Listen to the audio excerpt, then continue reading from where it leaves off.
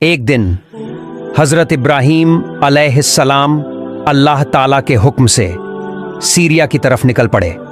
चलते चलते नमरूद के मुल्क की सरहद पार करके वो एक नए देश में पहुंच गया। जब वो खजाना वाजा नाम के मकाम पर पहुंचे तो देखा कि लोग दलदल में बहुत खूबसूरत कपड़ों में सजे हुए एक ही दिशा में भागे चले जा रहे हैं। हजरत इब्राहीम अलैहिस्सलाम को यह मंजर देखकर तज्जुब हुआ। उन्होंने एक आदमी से पूछा, भाई ये लोग कहाँ जा रहे हैं? वो बोला, जनाब 7 दिन से हमारे बादशाह की इकलौती बेटी सायरा खातून अपने पसंद का शौहर चुनने के लिए लोगों को बुला रही हैं। हर दिन महल में एक बड़ा जलसा होता है, मगर अब तक किसी को पसंद नहीं किया। ये सुनकर हजरत इब्राहीम अलैहिस्सलाम के दिल में भी तमन्ना जागी, चलो मैं भी देखूं क्या मामला है। अभी उन्होंने इरादा ही किया था, तभी अल्लाह रब्बुल आलमीन की तरफ से एक आवाज आई, ए इब्राहीम तुम उस जलसे में जाओ, क्योंकि मेरा फैसला ये है उस राजकुमारी का निकाह मैं तुम्हारे साथ करवा दूंगा। अल्लाह का हुक्म मिला तो हजरत इब्राहीम अलैहिस्सलाम राजमहल की तरफ चल पड़े। थोड़ी ही देर में वो एक बड़े जनसमूह में पहुंच गए। इतनी भीड़ कि आगे तो क्या बीच में भी जगह नहीं थी, तो उन्होंने पीछे जाकर एक खजूर के पेड़ के नीचे खड़े हो गए। फिर थोड़ी ही देर में बेहद हसीन नूरानी चेहरा लिए राजकुमारी सायरा खातून अपनी सहेलियों के साथ मंच पर आई। उसके हाथ में था हीरे मोती से जड़ा एक ताज। वो एक एक करके हर आदमी को देखने लगी, मगर किसी पर उसकी नजर नहीं ठहरी। आखिर में वो पीछे की तरफ आई और अचानक उसकी नजर रुक गई। हजरत इब्राहीम अलैहिस्सलाम, क्योंकि उनके माथे पर चमक रहा था नूर मोहम्मदी सल्लल्लाहु अलैहि वसल्लम, ऐसा नूर कि पूरी महफिल रोशन हो गई। सायरा खातून की नजर बस उसी नूर पर ठहर गई। उसकी सांस थम सी गई और फिर कदम दर कदम वो हजरत इब्राहीम के सामने आकर रुक गई। यहीं से शुरू हुई एक पाक और मुकद्दस कहानी जिसे अल्लाह ताला ने खुद तय किया था। इब्राहीम अलैहिस्सलाम के माथे पर जो नूर था, उस नूर की चमक देखकर राजकुमारी सायरा जैसे मोहित सी हो गईं। उनकी नजरें बस इब्राहीम अलैहिस्सलाम पर ही टिक गईं। कुछ पल यूं ही उन्हें देखती रह गईं और फिर अचानक उन्होंने अपने हाथों से मोती मुक्ता जड़ी शाही ताज उठाई और धीरे धीरे मुस्कुराते हुए वो ताज इब्राहीम अलैहिस्सलाम के सर पर सजा दिया। जैसे ही ताज उनके सर पर रखा गया, पूरा दरबार तालियों की गूंज से भर उठा। हर तरफ से आवाजें आने लगीं, मुबारक हो, मुबारक हो। राजकुमारी की सहेली और पहरेदार दौड़ते हुए आए और राजकुमारी के हुक्म से इब्राहीम अलैहिस्सलाम को उठाकर गुस्ल खाने की तरफ ले गए ताकि उन्हें राजसी अंदाज में सजाया जा सके। कुछ ही देर में खबर राजा तक पहुंची कि उसकी इकलौती बेटी राजकुमारी सायरा ने अपना बर चुन लिया है। यह सुनते ही राजा का चेहरा खुशी से चमक उठा। उसने तुरंत ऐलान किया, जल्द से जल्द राजकुमारी सायरा का निकाह करवा दिया जाए। हुक्म मिलते ही हर तरफ दावत भेज दी गई। राजमहल लोगों से भर गया। गायक, बाजे, रसोइये सब अपने अपने काम में लग गए। राजमहल के कोने कोने में रौनक ही रौनक फैल गई। और फिर हजरत इब्राहीम अलैहिस्सलाम को शाही लिबास पहनाया गया। वो तो वैसे भी अपने जमाने के सबसे खूबसूरत इंसान थे, लेकिन जब उन्होंने वो राजसी पोशाक पहनी तो उनकी रोशन सूरत और भी नूरानी लगने लगी।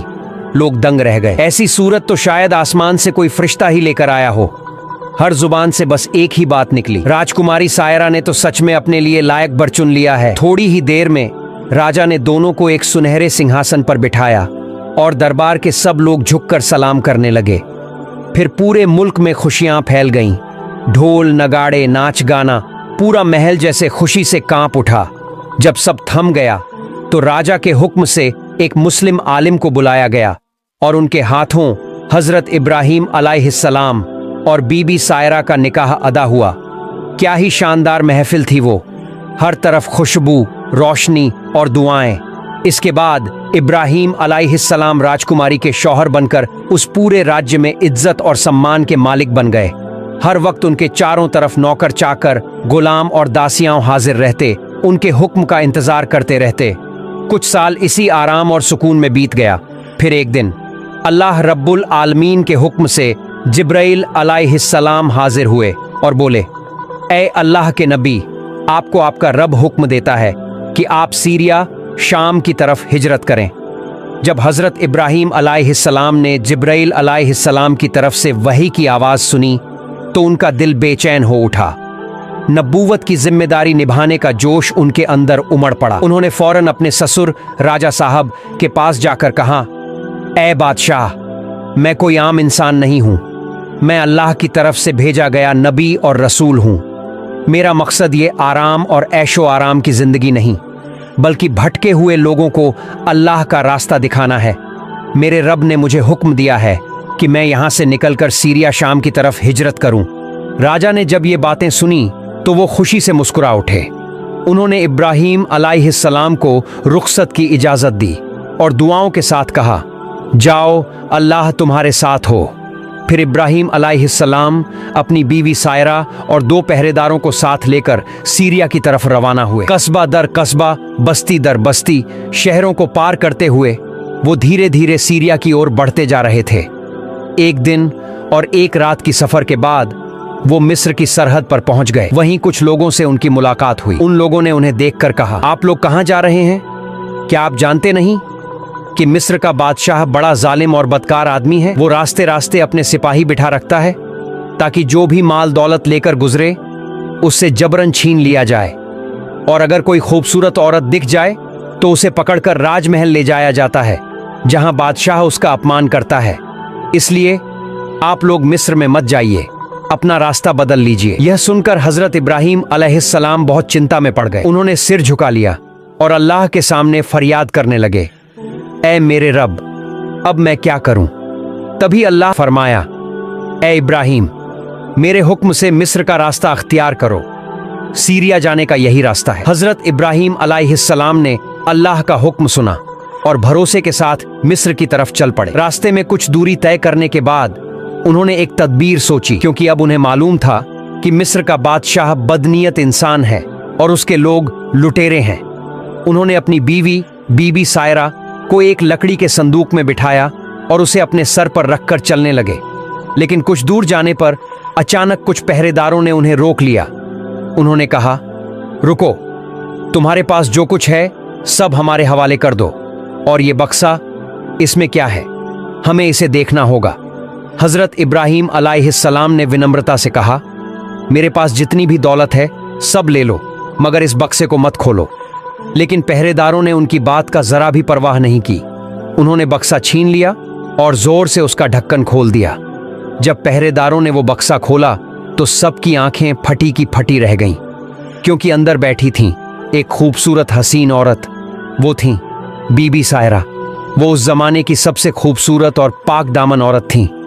पहरेदारों ने जैसे ही उनकी सूरत देखी, हर कोई रुक गया, हैरान हो गया, और फिर शुरू हो गया एक अजीब मुकाबला।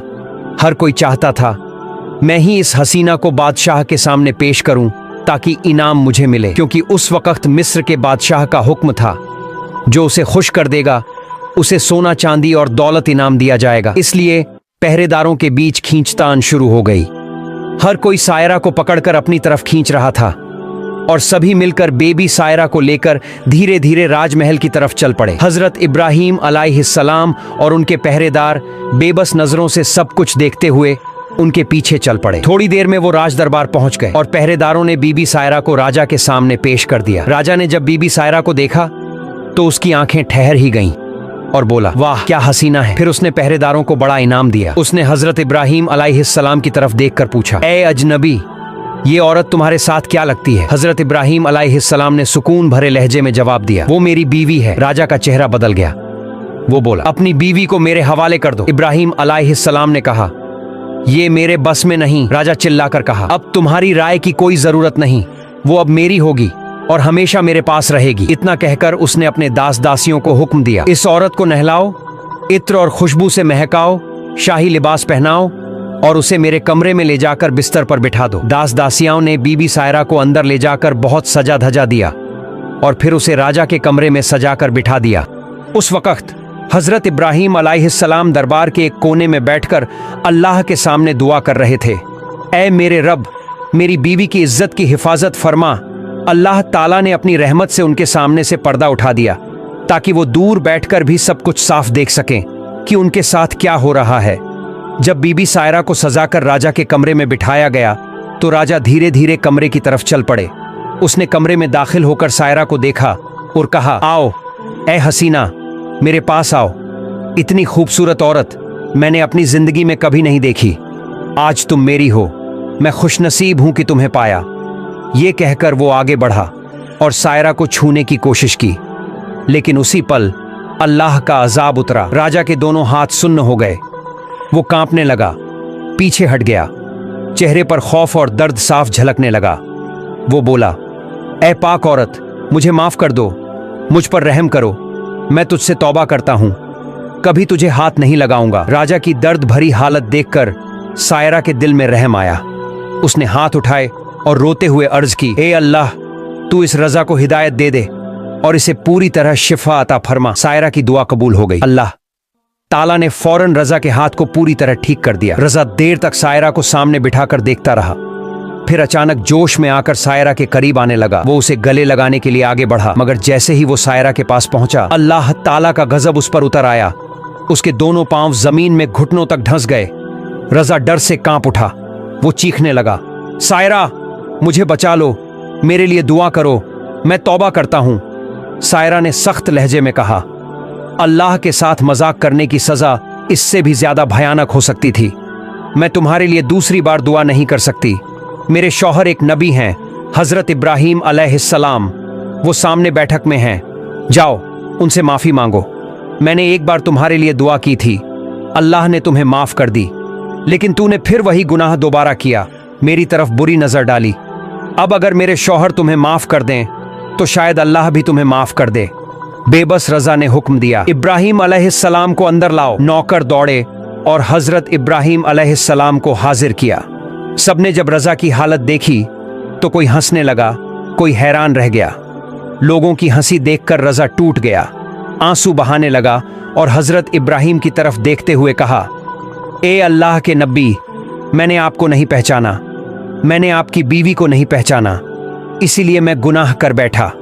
खुदा की कसम, मेरे लिए दुआ कर दीजिए, अल्लाह मुझे माफ कर दे और मुझे फिर से ठीक कर दे। हजरत इब्राहीम अलैहिस्सलाम ने सर झुका लिया और दिल से उस रजा के लिए दुआ की, या अल्लाह, इसको हिदायत दे दे और इसे अपनी रहमत से शिफा अता कर। दुआ खत्म हुई और सबकी आंखों के सामने मौझा हो गया। रजा का जिस्म बिल्कुल ठीक हो गया। जो हिस्सा जमीन में धंस गया था वो बाहर निकल आया। अब वो रोते हुए हजरत इब्राहीम अलैहिस्सलाम के कदमों में गिर पड़ा। जनाब, मैंने आपकी बीवी के साथ जो बदतमीजी की उसकी सजा आप मुझे दे दीजिए, मगर मुझे तौबा का मौका दीजिए। मैं वादा करता हूं अब जिंदगी में कभी गुनाह नहीं करूंगा। रजा जोर जोर से रोने लगा। उसकी आवाज महल में गूंज उठी। हजरत इब्राहीम अलैहिस्सलाम ने रहमत से भरी नजरों से उसकी तरफ देखा, 2 रकत नमाज अदा की और फिर दिल से दुआ की, या रहमान या रहीम, इस बंदे को माफ फरमा दे। और उसी पल रजा का दिल तौबा से भर गया। रजा की आंखों में आंसू थे। वो सायरा और इब्राहीम अलैहिस्सलाम के मौजे को देखकर दंग रह गया। वो सोच में पड़ गया, ये दोनों कोई आम इंसान नहीं, ये तो अल्लाह के चुनिंदा बंदे हैं। इसलिए उसने दोनों को शाही महल के सबसे ऊंचे और इज्जत वाले मकाम पर जगह दे दी। अब हजरत इब्राहीम अलैहिस्सलाम उस दरबार में सम्मानित सलाहकार के रूप में रहने लगे। उन्होंने सोचा, अगर इस बादशाह को पूरी तरह इस्लाम की तालीम दे दी जाए तो उसके जरिए पूरे मिस्र में इस्लाम का पैगाम फैल सकता है। इसलिए इब्राहीम अलैहिस्सलाम ने अल्लाह ताला से इजाज़त मांगी कि कुछ वक़्त के लिए वहीं रहें, और अल्लाह पाक रब्बुल आलमीन ने अपने नबी की दुआ कबूल कर ली। फिर वो मिस्र के शाही महल में और कुछ दिन रहने लगे। बादशाह को सल्तनत के अहम मसलों पर नसीहतें देने लगे। उन्होंने कहा, राज्य में जुल्म, भ्रष्टाचार, नाइंसाफ़ी और अपहरण हमेशा के लिए ख़त्म कर दो। अल्लाह के कानून के मुताबिक इस मुल्क को चलाओ। बादशाह उनके इल्म और रहमत भरे किरदार से इतना मुतासिर हुआ कि उसने अल्लाह के दरबार में शुक्र अदा किया और इस्लाम कबूल कर लिया। धीरे धीरे पूरे मिस्र में लोग हजरत इब्राहीम अलैहिस्सलाम के हाथ पर इस्लाम कबूल करने लगे। ला इलाहा इल्लल्लाह की सदाएं गूंज उठीं। फिर एक दिन जब मिस्र में इस्लामी हुकूमत कायम हो चुकी थी, हजरत इब्राहीम अलैहिस्सलाम बादशाह से मिलने तशरीफ लाए। उन्होंने नरम लहजे में कहा, ए बादशाह, अल्लाह पाक रब्बुल आलमीन का हुक्म है कि अब मुझे रवाना होना है। अगर आपकी इजाज़त हो तो मैं शाम सीरिया की तरफ सफर करना चाहता हूँ। बादशाह ये सुनकर उदास हो गया और कहा, ए अल्लाह के नबी, मैं आपकी रहमत और आपकी भलाई कभी नहीं भूल सकता। मैं आपको एक तोहफा देना चाहता हूँ। फिर उसने अपने खास लोगों को हुक्म दिया, हाजिरा को महल में लाओ। थोड़ी ही देर में बीबी हाजिरा को हजरत इब्राहीम अलैहिस्सलाम और सायरा के सामने पेश किया गया। बादशाह ने आदर से कहा, ए अल्लाह के नबी, आपने मुझ पर जो रहमत और हिदायत की है उसके शुक्राने के तौर पर मैं ये पाक दामन औरत आपको तोहफे में पेश करता हूँ। प्यारे दर्शकों, यहाँ ये जान लेना ज़रूरी है, यही हाजिरा आगे चलकर वो मुबारक खातून बनी जिनके घर में हज़रत इस्माइल अलैहिस्सलाम का जन्म हुआ और जिनकी याद में सफ़ा मरवा की सई और जमजम का इतिहास बना। इसी हाजिरा की नस्ल से हमारे प्यारे नबी रहमतुल्लिल आलमीन हज़रत मोहम्मद सल्लल्लाहु अलैहि वसल्लम तशरीफ़ लाए। असल में बीबी हाजिरा कोई साधारण दासी नहीं थीं, वो एक उच्च वंश की शरीफ औरत थीं, मगर उस जमाने में जंग में हारने वाले मर्द औरतों को गुलाम और दासी बना लिया जाता था। किसी जंग में जब उनके कबीले को शिकस्त हुई तो हाजिरा और उनके लोग कैद होकर मिस्र के बादशाह के कब्जे में आ गए और वहीं से अल्लाह की मशीयत से वो नबी की अजीज बीवी बनी और इस्लाम के इतिहास में अमर हो गईं। और इसी तरह उस सिलसिले में हाजिरा ने अपनी आज़ादी खो दी और वो एक बांदी के रूप में जानी जाने लगी। इसके बाद हज़रत इब्राहीम अलैहिस्सलाम ने हाजिरा को बतौर तोहफा स्वीकार किया। फिर उन्होंने बादशाह से एक इल्तिजा की।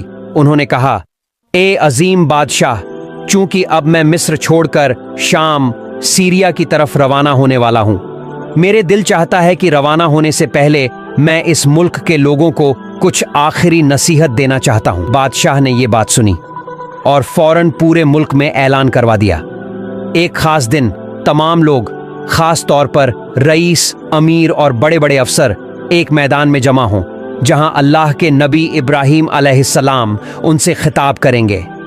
फिर वो दिन आ पहुंचा। पूरा मिस्र सिमट आया उस मैदान में। हर तरफ भीड़, सन्नाटा और रूहानी एहसास छाया हुआ था।